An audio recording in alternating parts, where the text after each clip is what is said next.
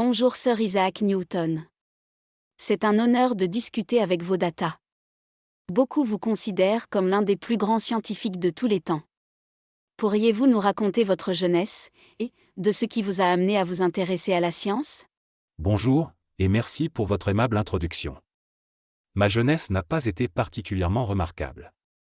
Né en 1642 à Woolsthorpe, en Angleterre, j'ai été élevé dans une ferme. Mon intérêt pour la science s'est éveillé très tôt.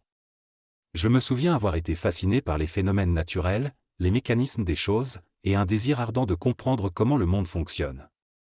Ma mère souhaitait que je devienne fermier, mais il est vite devenu évident que mes véritables intérêts se trouvaient ailleurs. Décrivez-nous un peu l'époque dans laquelle vous avez vécu et travaillé. Quels étaient les principaux défis de cette période? Bien sûr. J'ai vécu au XVIIe siècle, une période fascinante et complexe de l'histoire. C'était une époque de grands changements, connue sous le nom de révolution scientifique. Les penseurs de mon temps remettaient en question les idées médiévales et les croyances traditionnelles, ouvrant la voie à une nouvelle approche de la compréhension du monde basée sur l'observation et la raison. Vous êtes célèbre pour vos lois du mouvement et la loi de la gravitation universelle. Comment ces découvertes ont-elles vu le jour? Ces idées n'ont pas surgi subitement, elles étaient le résultat de longues années d'observation. Pour les lois du mouvement, j'ai essayé de comprendre les principes fondamentaux qui régissent le mouvement des objets. Quant à la gravitation universelle, la fameuse anecdote de la pomme est quelque peu romancée, mais elle capture l'essence de la curiosité et de l'observation. En regardant une pomme tomber, je me suis demandé pourquoi elle tombait perpendiculairement au sol. Et même, pourquoi elle tombait tout simplement. Sir Isaac. Pourriez-vous nous résumer les grandes découvertes qui jalonnent votre illustre carrière scientifique? D'accord. Alors laissez-moi vous emmener dans un voyage à travers mes découvertes. Imaginez un monde où le mouvement demeurait un mystère, jusqu'à ce que je formule les 3 lois fondamentales du mouvement, établissant ainsi les fondations solides de la mécanique classique. Puis, il y a eu ma rencontre avec la gravité, un moment d'illumination où j'ai conceptualisé la loi de la gravitation universelle. Cette découverte a été comme révéler l'âme cachée de l'univers, montrant que chaque particule de matière attire l'autre avec une force déterminée par leur masse et la distance qui les sépare. Mon intrigue avec la lumière m'a conduit à explorer le royaume de l'optique. J'ai découvert que la lumière blanche est en réalité un arc-en-ciel de couleurs. En construisant le premier télescope à réflexion, j'ai ouvert une fenêtre vers l'univers, permettant une vue sans précédent des cieux étoilés. Dans le domaine des mathématiques, j'ai pavé un chemin dans la jungle inexplorée du calcul différentiel et intégral. Ces outils sont devenus la clé pour déchiffrer le langage complexe de la physique, permettant aux scientifiques de décrire l'univers avec une précision mathématique. Enfin, mon voyage secret à travers l'alchimie et la philosophie naturelle. Bien que moins célèbres, ces travaux ont été mon pèlerinage personnel pour comprendre les mystères de la matière et de la transformation, cherchant à percer les codes secrets de la nature elle-même. Sir Isaac Newton. Votre intérêt pour l'alchimie est un aspect fascinant de votre héritage. Pouvez-vous nous en dire plus sur cette passion? Volontiers.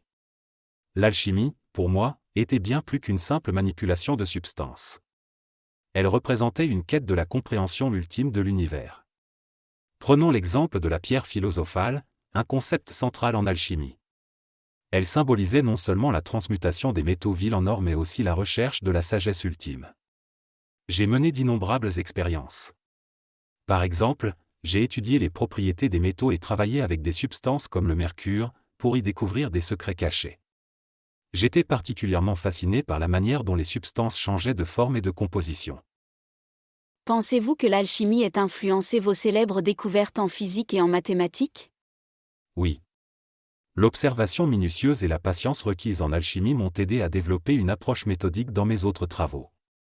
Par exemple, ma compréhension des réactions chimiques et des changements de matière a enrichi ma perception des forces et du mouvement dans la physique. J'ai acquis une compréhension approfondie des propriétés des substances. Mes carnets contiennent des détails sur des centaines d'expériences alchimiques, elles nous rappellent que la poursuite de la connaissance est un voyage aussi important que la destination elle-même. Elles nous enseignent l'humilité, la patience et l'importance d'une exploration inlassable. Sir Isaac, pourquoi portez-vous le titre de Sir? Pouvez-vous nous expliquer comment vous avez été anobli et ce que cela signifiait pour vous? Bien sûr. J'ai été anobli par la reine Anne, en 1705.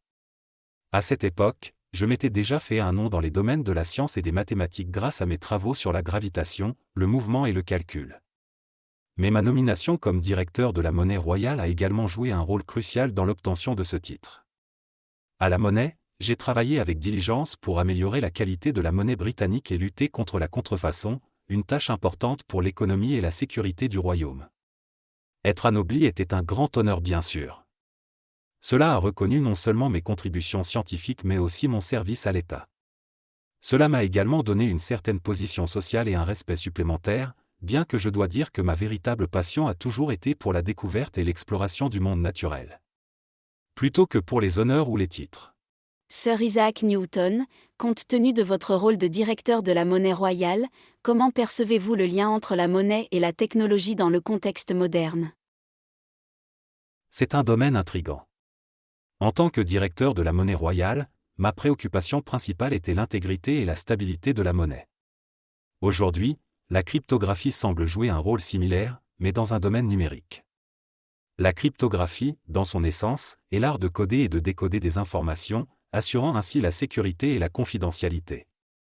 À mon époque, la cryptographie était rudimentaire, mais son importance pour la communication sécurisée était déjà reconnue.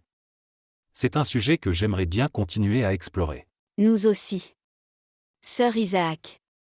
Pour terminer la première partie de notre discussion, pourriez-vous nous donner quelques conseils pour mieux gérer notre quotidien? Je vous dirais de ne jamais cesser de poser des questions, mais de remettre en question les idées établies. La curiosité est le moteur de toute découverte.